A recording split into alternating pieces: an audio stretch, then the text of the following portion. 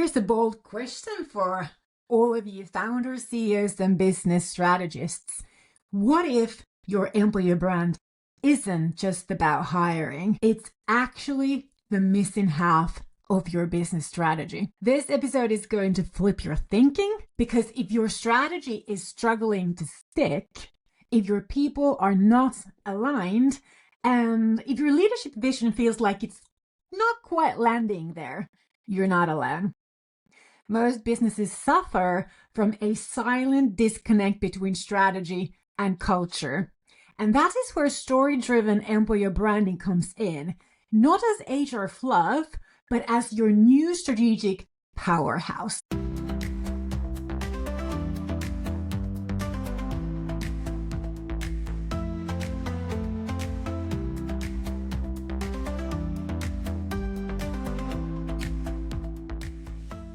Hello, my friend, and welcome back to the Story-Driven Business Podcast, where we decode what it really takes to build a magnetic business from inside and out.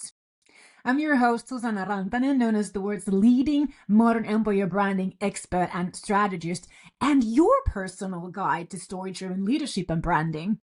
In today's episode, I'll take you on a walk to the park where business strategy, company culture, and employee experiences become united, making why you do business and what value you generate internally and externally totally transparent to your people and customers. The methodology that I will talk about is the one that I started to build already back in 2015 and wrote a book about it after 10 years of testing, iterating, and foolproofing it.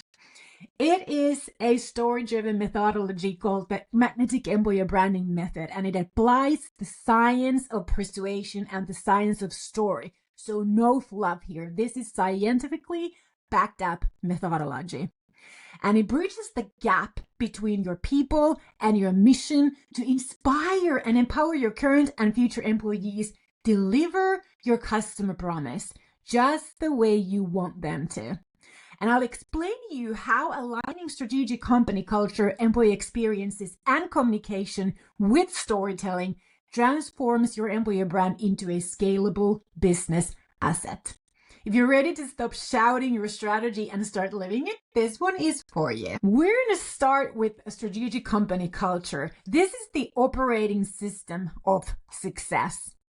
Now, culture is the personality of your organization. It is the how of everything that your organization should be doing. So it's it's a reflection of the ideal organizational behavior, to be honest. Now, what is a strategy without a defined culture? I mean, it's going to be powerless because it's missing that operating system of success. What we need is a strategic company culture. This is where leadership style, organizational behavior, and communication all line up to push your business goals forward. Most companies tend to have culture by accident. What if your culture was actually by design, and not just any design, but by strategic design? When your culture matches your strategy, execution stops being chaos and becomes a natural momentum, a natural way of how we do things here. You don't need to motivate your people because they know what success looks like and how to contribute to it daily. And because through your story-driven employer brand messages and marketing, your hires all know about this too and become productive employees faster after starting their employment in your company. And for the same reason, your story-driven employer branding clarifies you are not the right option for those who cannot relate with your goals, your KPIs, your ways of work, your customer promise, your mission, your values, helping you to make your hiring more efficient and resulting in less hiring mistakes. That is how powerful defining and turning your strategic culture into employer brand operating system will be. In my book, Story-Driven Employer Branding, I explain the 4 archetypes of strategic culture, and those are directly linked to the 4 most popular business strategies in the entire world. The first culture archetype is the collaborative specialist culture. This is linked to specialization strategy requiring advanced expertise. You can define it as a close-knit family-like atmosphere where trust, mentoring, and collaboration are prioritized, and it is ideal for nurturing employee loyalty and development. Then we have the innovation agile culture, which is linked to innovation strategy, aiming to challenge existing market norms and practices. This is focused on innovation, agility, and risk-taking, perfect for startups and scale-ups aiming to disrupt markets or foster creativity. The results-driven competitive culture is linked to competition and market strategy with the aim to dominate or secure a leading market position driven by profitability, loyal customers, and a strong brand. This is targeted on results, competition, and measurable achievements, often suits companies with aggressive growth goals or high sales focus. And the fourth one is the process-oriented control culture that is linked to the efficiency optimization strategy, striving to deliver services and products with maximized cost efficiency. Structured, process-driven, and stability-focused cultures are crucial for industries where precision and predictability are non-negotiable. A typical business is a combination of one or more of these strategy and culture combos. But what is key is to recognize who you are as a business and how near or far the ideal culture type is to your default culture. Incorporating strategic culture along with your mission, purpose, values, and beliefs with your employer brand enables creating this environment where your employees, your middle managers, your leaders, and teams can thrive, even in the face of change. And what you need is clarity on your dominant culture type, or you'll confuse your people, and confused people don't execute very well. We know that. And I actually have this light self-assessment worksheet on this free PDF explaining strategic company cultures. If you're interested to test it out, I'll add that link on the show notes page that you can find on modernemployerbrand.com/podcast194.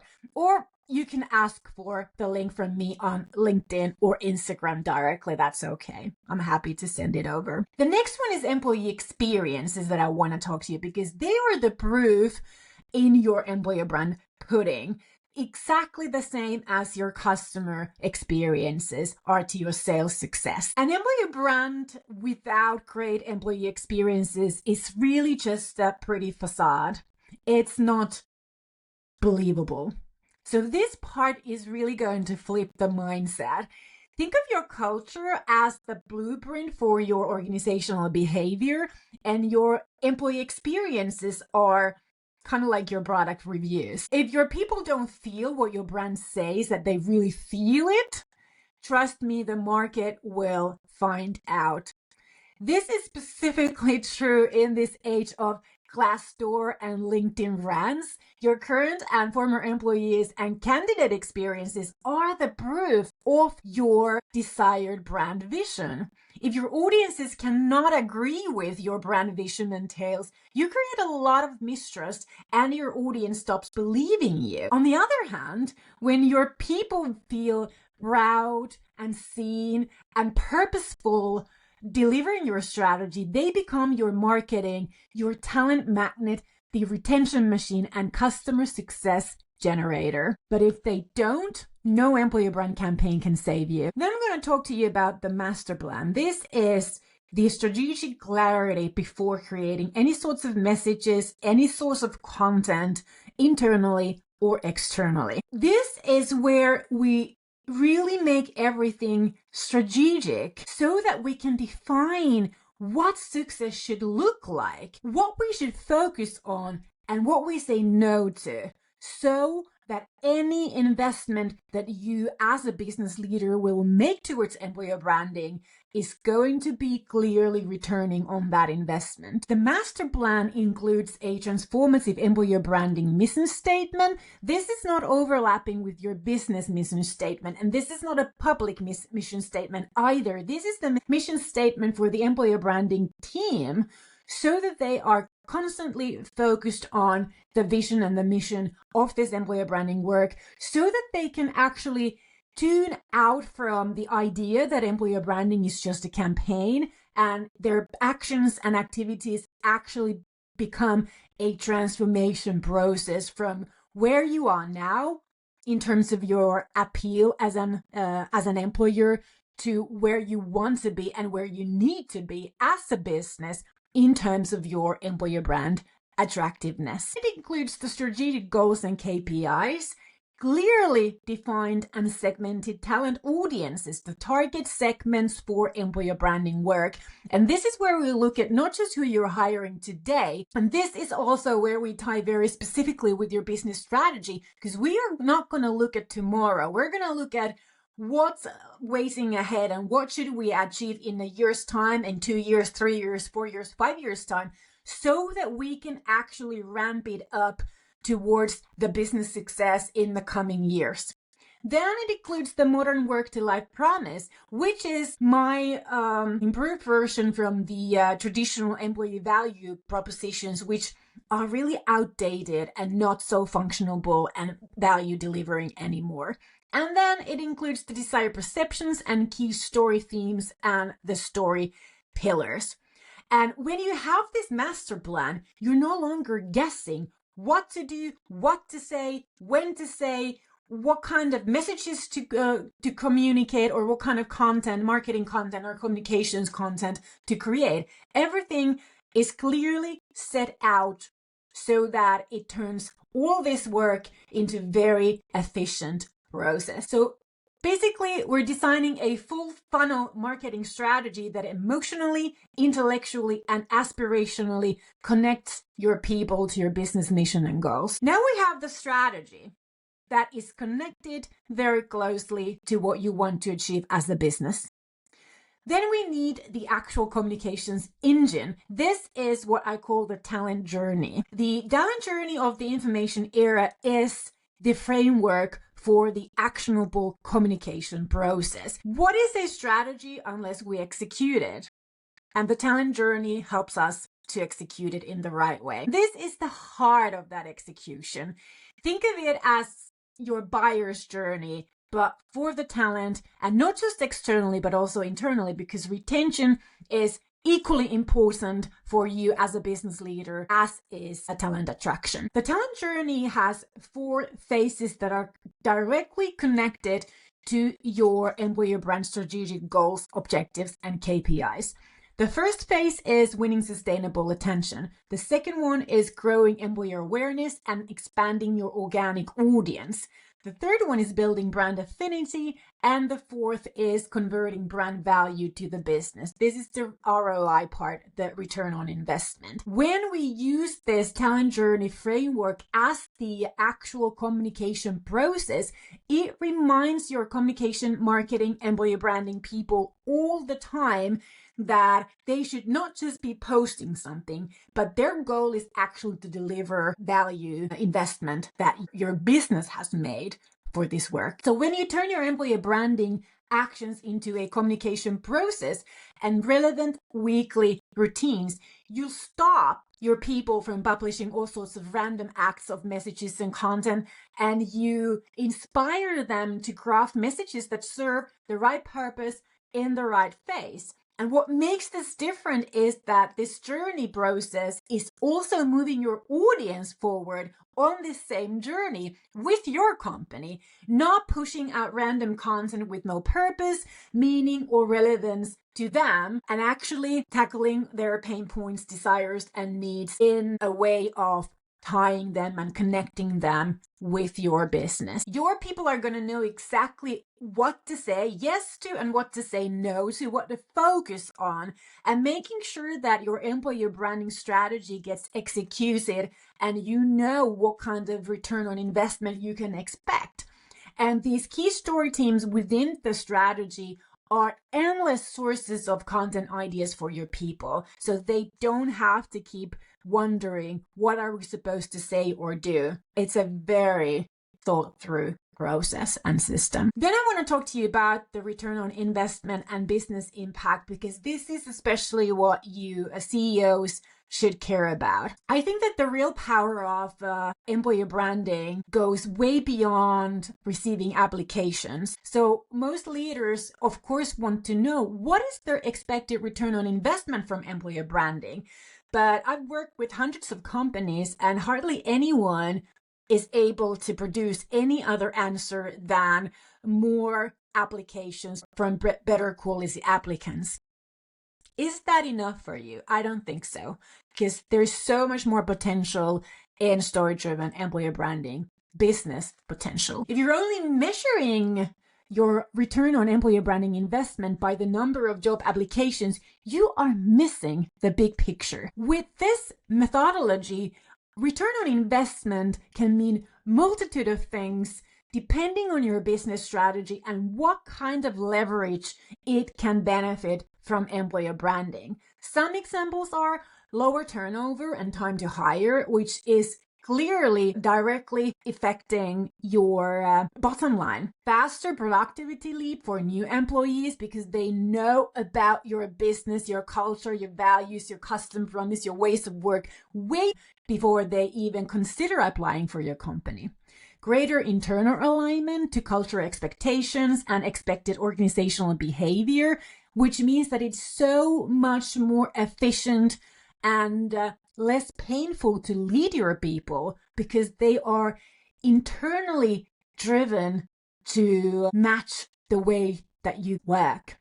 Higher engagement to delivering goals, smoother transition during mergers and acquisitions or other significant business transformations, and also improved customer experience, customer satisfaction, sales impact, and competitive advantage on the market, not just from employer branding perspective, but even also as a business. So you can see that the big picture is much wider than applications to occasional recruitment campaign. When your people are aligned, confident, and storytelling with purpose, customers can feel it too. And that is how your entire brand becomes contagious. If you want to transform your company into a magnetic employer that powers your strategy, not just your hiring, this methodology is your go-to blueprint. Listen, I've only scratched the surface in this less than a half an hour episode. When I read this entire book, it made 7 hours and 9 minutes of audio. So the full methodology, the templates, the frameworks, they're all in this book.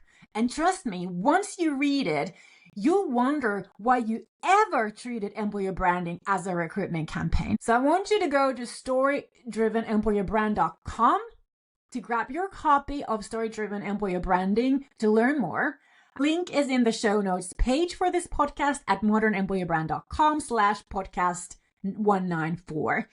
And you can also subscribe to this podcast on your favorite podcast player for more storytelling strategies for business leaders. If you love this episode, please share it with your fellow leaders to lead with story. Thanks for listening to Story-Driven Business Podcast. My name is Susanna Rantanen, and I bring you story-driven branding in a world where attention is no longer default. Until next time, keep leading with purpose and stay story-driven.